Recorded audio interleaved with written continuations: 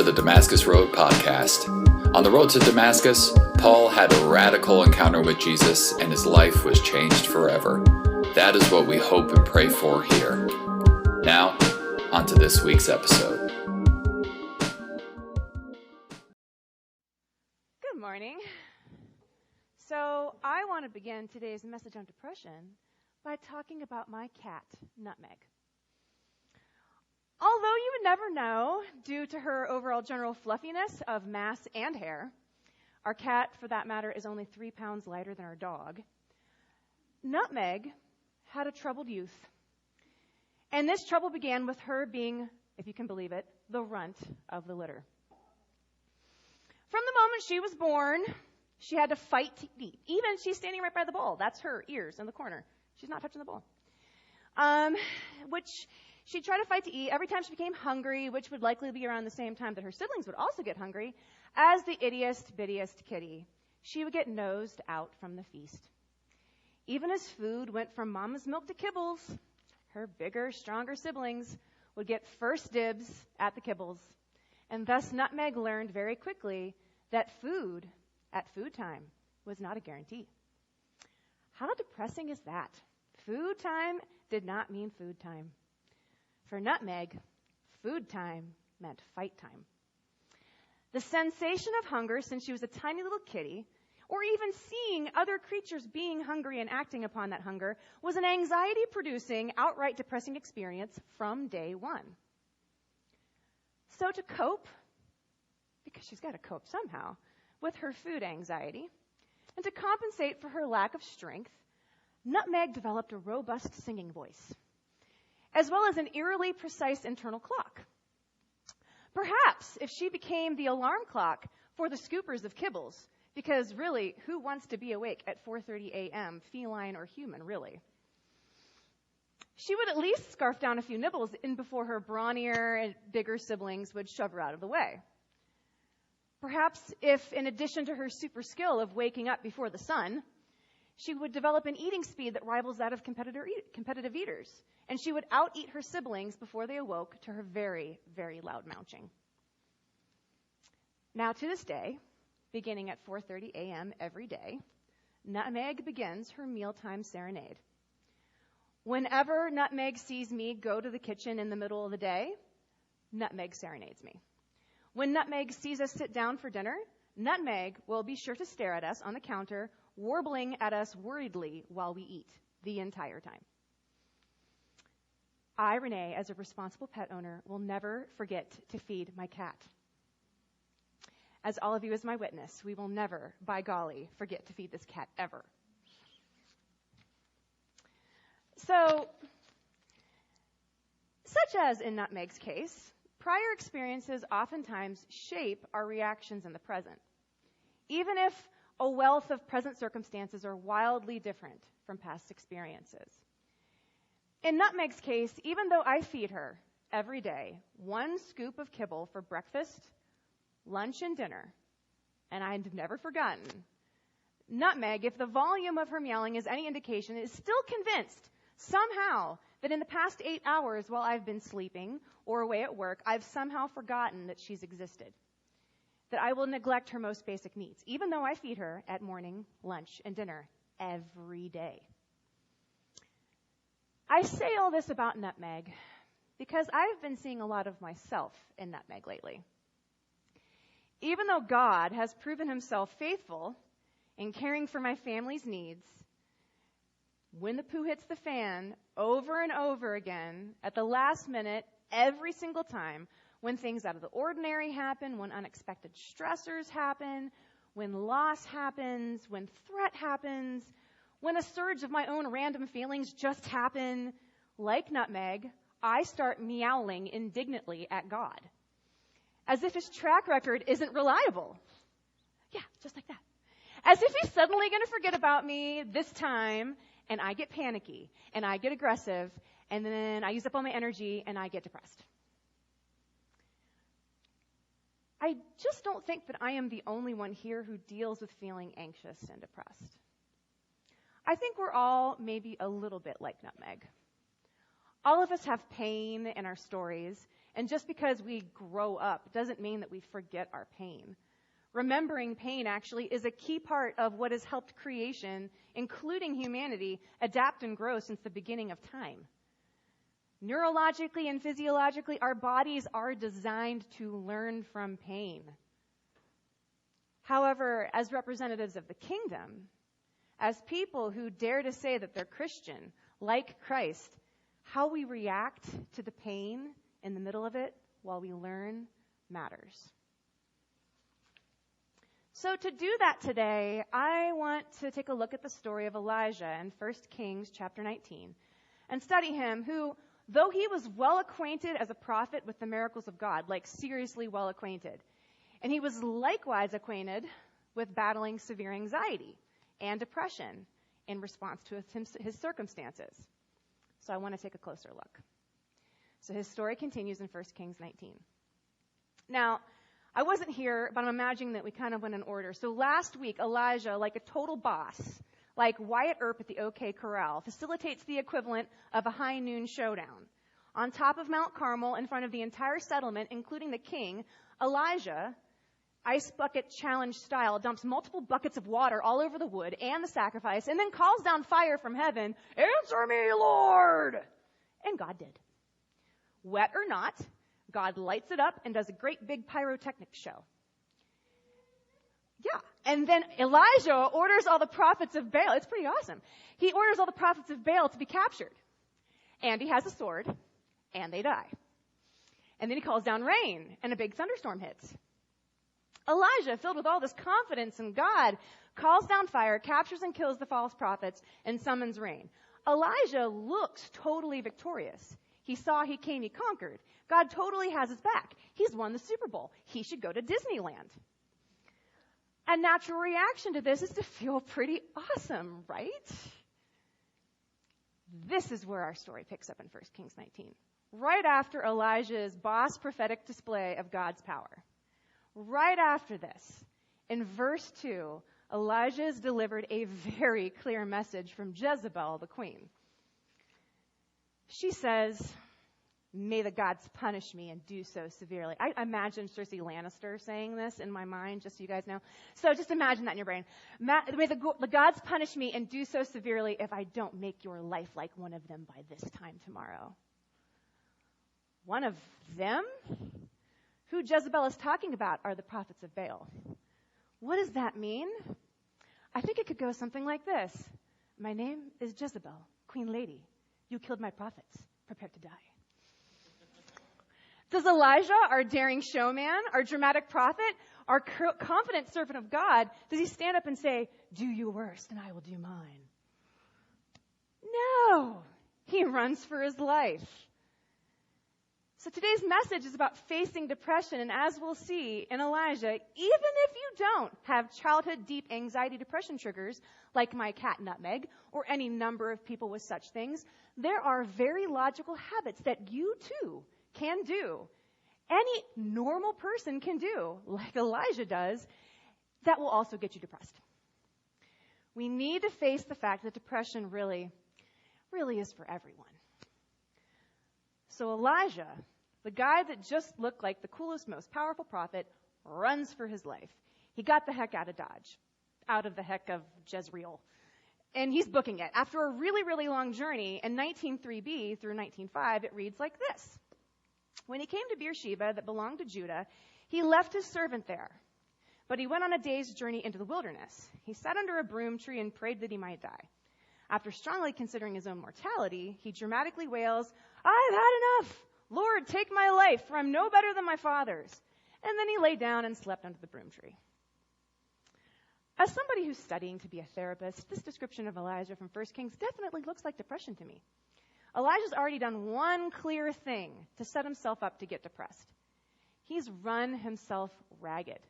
Like literally, he just did a bunch of running. And in all of that running, he used up all of his adrenaline. It's the body's naturally occurring steroids that make you unusually strong during stressful times. It is certainly stressful to have someone threaten your life. That can't possibly feel good.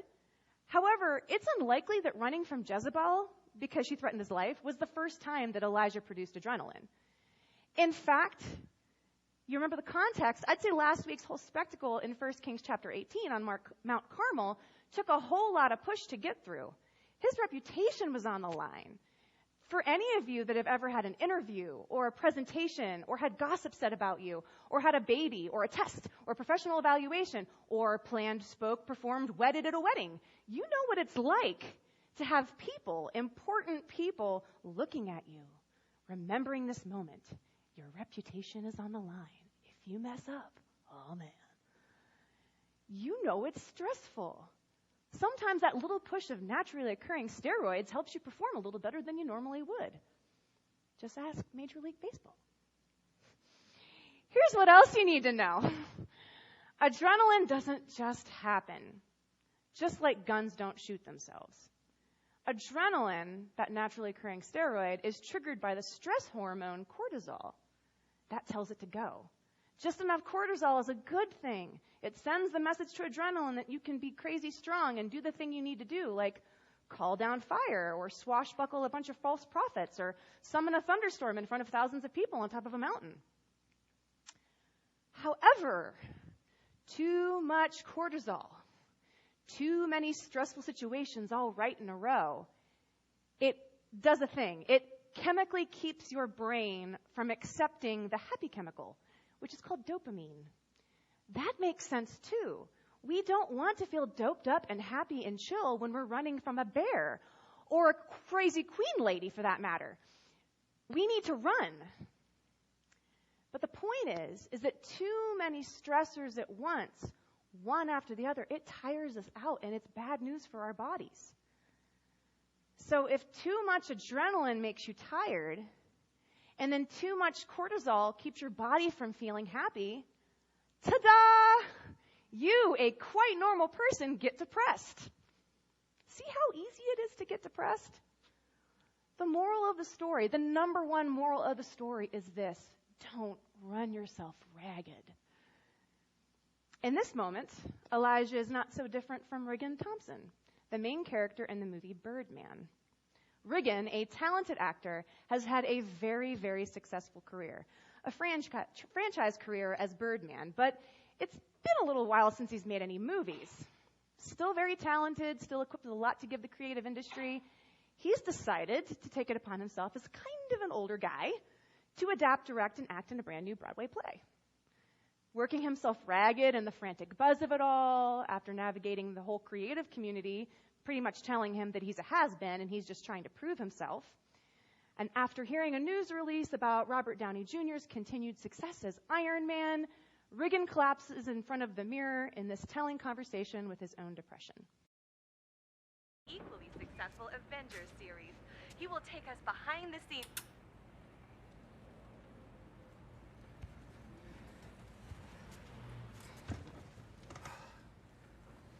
That clown doesn't have half your talent, and he's making a fortune in that Tin Man getup. We were the real thing, Regan. Okay. We had it all. We gave it away. Breathing in. We handed these posers the keys to the kingdom. Breathing out. You listening to me? Breathing in, I embrace my anger. Yeah, embrace it. But I'm not going away. But I'm not going away. Just as we see from the Birdman clip, just as we're seeing in the story of Elijah, not only is it easy to get depressed from running ourselves ragged, it's also easy to stay depressed. Now, if you watch Birdman, which I hope you do, not with your kids, it's got some language and lots of other stuff, you know that Regan pushes people away. He's by himself in that conversation, sort of. He's just got frustrated. He stopped talking to his lawyer and shut him out. He just stopped talking to the Broadway bigwigs, and he shut them out too. Even as he's talking, you can hear himself. He's judging folks, and he's pushing them away. Elijah does the same thing. After Jezebel says, "I'm going to kill you," Elijah and his servant hit the trail together. But we see in verse 3 that once they get to Beersheba, Elijah, the most tired and scared he's probably ever been in his whole life, tells his one friend to peace out. And then he goes it alone into the wilderness for a whole extra day. Pulls an all-nighter, repeating his first mistake, running himself ragged, and makes himself even more tired. Dude, isn't this how the B horror movies play out? You know, an overconfident protagonist says, "Nah, I'll be fine," and then goes out to some scary place by himself and gets attacked by a horde of zombies. Cutting loose from your friends is a bad plan. Okay, I know some of you might be thinking, well, I have below average friends. Times get hard, and once again, your friends aren't there. And this is a hard thing to say, but this is probably because they are not your friends. Friends act like friends.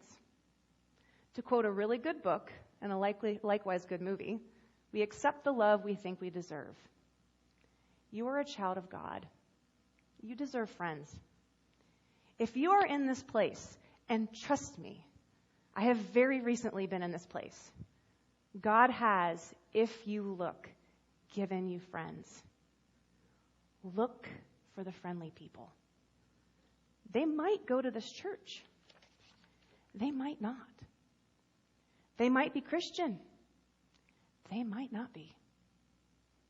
I've recently just gone through a really challenging season, and the silver lining of that season is that I made 4 very close friends. I kind of like to joke, maybe a little morbidly, that it's one for each corner of the stretcher. Point is, don't cut loose from the friendly people. It is the second easiest step to get depressed and then stay there. Elijah, now that he's nursing a pretty healthy depression, he's made himself more tired, and he's cut loose from his friends, he does the next step in staying depressed. We see it in verse 4 when he wails, "Lord, take my life. I'm no better than my father's." He starts to focus on the negative. You might think he looks like a big crybaby right here, but it's legit, okay? He just starts to focus on the negative. When you're hurting, you hurt. He starts to beat himself up. After summoning a thunderstorm, now he starts summoning his own personal shame storm. He feels shame that he feels bad. He feels shame about the performance of his relatives. He's feeling shame that they're his relatives. He's feeling shame about all of that, and then he starts to feel shame that he's not doing better than his shameful relatives. He's like feeling triple shame. He's experiencing all these negative emotions, but he refuses to accept his experience and that he is suffering. He is making his situation worse because he is inhibiting his own motivation to do something about it by shaming his pain. I shouldn't feel this way. Instead of just accepting it. Dude, you hurt. The third step in being depressed is shaming yourself for having your pain. The fourth and final step to being depressed is also seen in verse 4, when Elijah asks God to take his life. Now let me make something really clear here. I am not, I repeat, not shaming people who have reoccurring thoughts of death, suicide ideation, or have attempted suicide. I really want you guys to sit with that for a minute, and I want you to know that. It would not be okay to shame that in the first place, but in transparency, I'd be shaming myself if I did something like that. I have been there. I tried to kill myself, albeit unsuccessfully, when I was 17. I was in a lot of emotional pain. And at the time, I didn't see any reprieve. It just hurt, and then it hurt, and there was no way out. Because that much emotional pain sucks. What I know now, and what Elijah knew too, but had just forgotten, which memory loss, by the way, is a perfectly normal symptom of frequent or extreme exposure to high stress. Totally normal if you study the brain. Elijah is just in so much pain that he has forgotten that God is the creator of the universe. If anyone can, God can make something out of nothing. He did. A bunch. God can make fire come down from heaven and ignite a waterlogged campfire. God can open the skies and send rain. If you study from a couple of stories ago, God can resurrect people from the dead. Elijah knows all these things. In other words, and we know this in Jesus too, that not even death is the final answer. God can do so much more than death. In other words, the fourth step to being depressed is forgetting the incredible, creative, sustaining power and love of God for you. For you. So the 4 steps to getting depressed, once again, run yourself ragged, cut loose from your friends, shame yourself for experiencing your pain, and forget who God is for you. The good news is, while there's an easy way into depression, there's also a way out of depression. And Elijah, in chapter 19 of 1 Kings, experiences that too. It starts with the opposite of running yourself ragged: rest. Elijah, who in his significant pain has quite naturally forgotten what God can do, and he requests his life be ended, he does what many depressed people do. In verse 5, he goes to bed. And God, who intends good for us and not harm, lets Elijah put his poor, overworked endocrine system back into working order by letting the guy take a nap. It's okay. I'll add here that if you are depressed, or if you're not willing to say that word or not ready to say that word and you're just a little bit sad, going to bed is not a bad thing. You need to sleep, we know this. But after you take your nap and your adrenaline stores are replenished, what you also need, I mentioned this earlier, is dopamine, the happy chemical. Dopamine is an important part of rest as well. You release dopamine when you feel happy, when you do something that makes you feel happy. I went on a run this morning and I feel happy. So if you're feeling depressed today, do one thing soon, maybe today, this week, that you enjoy. Maybe it could be a lot of things. It could be watching your favorite movie. It could be fishing. It could be going on a bike ride. It could be running. It could be going to an art museum. It could be a concert with a friend. It could be playing video games. It could be playing with your dog or your cat. Long story short, take a nap.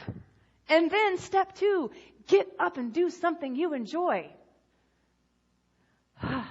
Like, go to a bakery and eat a warm loaf of fresh stone-fired bread. They sell that at Time Market right down the street.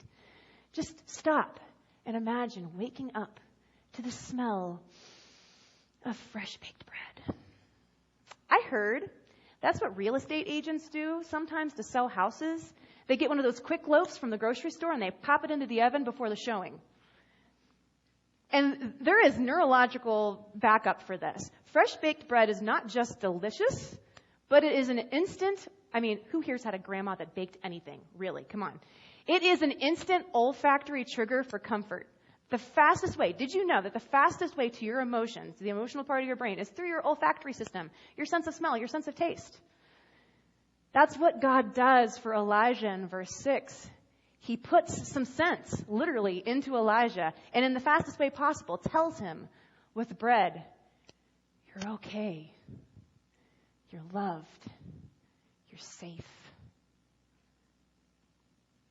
A taste of bread, though delicious, though comforting, was not enough. In verse 7, an angel of the Lord tells Elijah, get up and eat, or the journey will be too much for you. So step 3 for getting out of depression is to nourish yourself. Drink enough water. Flush the stress hormones like cortisol out. Eat enough food. Get your strength back by putting the vitamins and minerals you need in. The journey that the angel was talking about for Elijah was him taking the next step out of depression. Get real with God. set aside some time to get real with God. God made a motion. God can handle yours. Even if they're angry, I promise. I yell at God on a semi-frequent basis, and we're still cool. In verses 8 and 9, we see Elijah travel to the mountain of God, Mount Horeb, where in the next 5 verses, for 10 through 14, as he spends a great deal of time in prayer and presence with God, he at last faces his pain. God asks him, "Why are you here? What's going on?" And Elijah's like, "I'm hurting. I'm sad. People trying to kill me." "Why are you here? What's going on?" "I'm hurting. I'm sad. People trying to kill me." He says it over. It's like 3 times. So Elijah, after shaming himself for having pain for so long, he at last faces his depression and confesses to God the circumstances that have been really legitimately troubling him. I'll add here that for some of us, and by some of us I mean I really do include me, we also need to get real with a therapist if needed. I'm not ashamed to admit that I talked to a therapist. I hung out with her yesterday. It was good. Sometimes we need to have another human being who is skilled at handling big, uncomfortable pain. It can be, to some extent, a way to be nicer to your friends, just to let you know, in case it's really big and really uncomfortable. And that's okay. Sometimes we just need the extra validation, somebody who can really, really handle it. And I personally have found therapy to be very, very helpful. And for that matter, I've done some of my best growing spiritually when I was talking to both God and a therapist. It's only after getting better and getting real by facing his depression that Elijah can take his last step away from it. After his very long conversation with God on Mount Horeb, in verse 15, God sends Elijah back to doing what Elijah does best, being a prophet and doing prophet-y things. In this case, anointing a bunch of new kings. There's like a big long list of new kings that are going to happen, and Elijah gets sent to go take care of that. What can we learn from this? If you find yourself in a depression, do what you can do. Do what you can do. Are you an artist? Make some art. Are you a teacher? Find people to teach. Are you a scientist? Research or test some new project. Are you a poet? Write some poems. Are you a musician? Play your instrument. Are you an activist? Go fight for justice. Whatever it is that burns within you, whatever fires you up, whatever feels like play to you, even though it's work to somebody else, go do what you can do. God takes great joy in you doing you and doing what he made you to do. He delights in it. So maybe you're a little like Nutmeg, or if I'm honest, like me. And old triggers throw you into anxiety or depression out of the clear blue sky. Maybe you're just a normal person and you've run yourself ragged and you just can't get yourself out of it. The good news is that you, either way, you now have a plan out of depression. I'm not saying it's going to work lickety-split. Things take time, but you have a plan. It worked for Elijah. It continues with a lot of extra work. It works for me. And chances are, I bet it's working for other people in this room too. When you find yourself depressed, and you can check yourself by seeing if you say yes to any of these questions. Have you run yourself ragged? Have you cut yourself loose from your friends? Do you find yourself shaming yourself for experiencing emotional pain? Are you struggling to remember what God's done for you? If you can say yes to any of those questions, start getting out of it by saying yes to some of these things. Getting rest. Getting up and doing something you enjoy. Nourishing yourself. Getting real with God. Getting real with a therapist if you need to. And doing what you can uniquely do. Okay, so getting depressed has 4 steps, and getting out of it has 6. Like many other things in life, breaking something is easier than cleaning up the mess. But the good news is that cleaning up the mess is possible. Healing is possible. We serve a God who can not only resurrect the dead, but resurrected from the dead. and he can, above all, certainly resurrect your hope. Let's pray. Dear Jesus, thank you for just what it means to have you be who you are. Thank you for being a Savior that we can relate to, that's endured pain, that knows what it's like to face circumstances that are difficult and painful. Thank you for showing us that can be overcome. And thank you so much for the gift of your Spirit, of being in us to help us in the times when we feel overwhelmed. I pray that you would fill us, that you would encourage us, and that you would remind us of all the things that we have to hope in. It's in your name I pray, Jesus. Amen.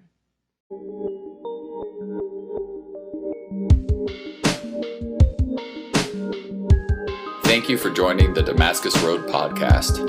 Our mission is to follow Jesus together by being with God, loving everyone, transforming people, developing leaders, growing new ministries, and changing the world. You can find out more about us online at DamascusRoadTucson.com.